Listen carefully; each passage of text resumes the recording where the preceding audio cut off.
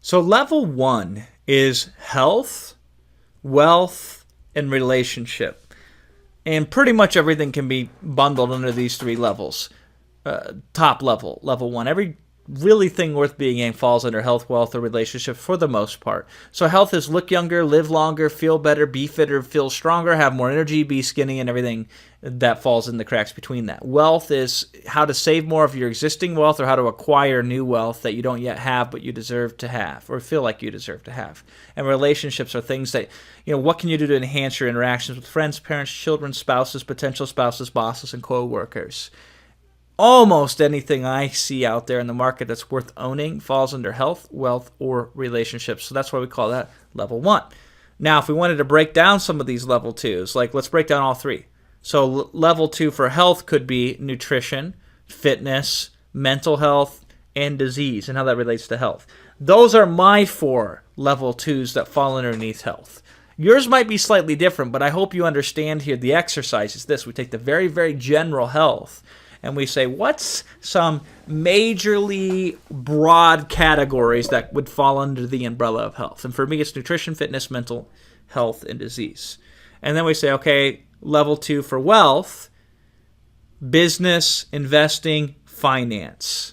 To me, that's the 3 broadest categories that I could think of that are worth being their own category that would fall under wealth.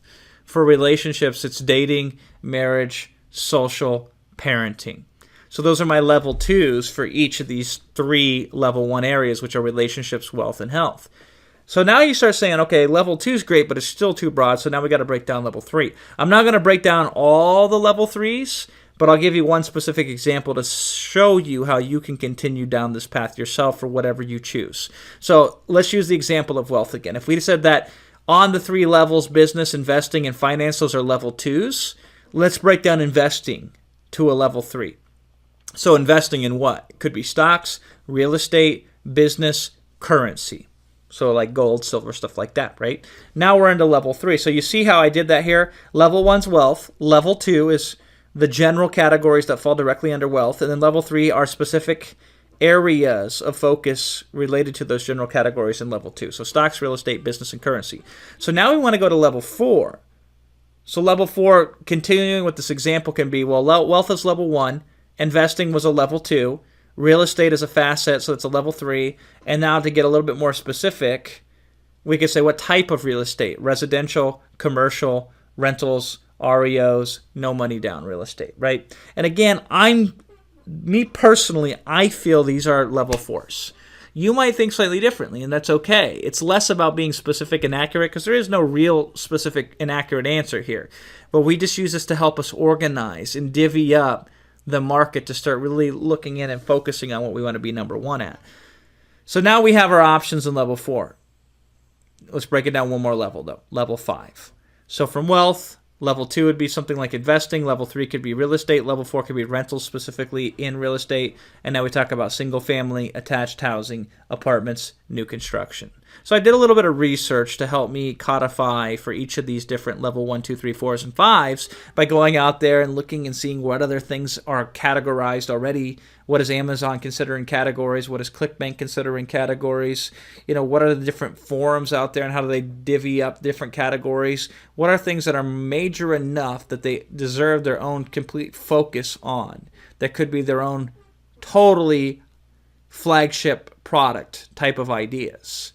And then putting them down and breaking them down to 5 levels, from wealth to investing, to real estate, to rentals, to single-family attached housing, apartments, and new construction. So now that you understand and know this, here's how you can start developing a flagship product. You say, well, listen, I want to be the number 1 guy that teaches people how to make money with rental properties in real estate. One of the first moves that I'm going to make to be the number 1 guy in rental properties is to focus specifically on new construction rental properties, or single-family rental properties, or attached housing rental properties, or apartments. So you say, listen, I want to have a flagship product on apartments as rental property opportunities in real estate. I'm going to be the flagship guy on that. And that's where you start to plot and plan. You say, well, does it make sense? And that's when you run into the criteria. What's the market share look like, the financial viability, the trend, et cetera, and so on.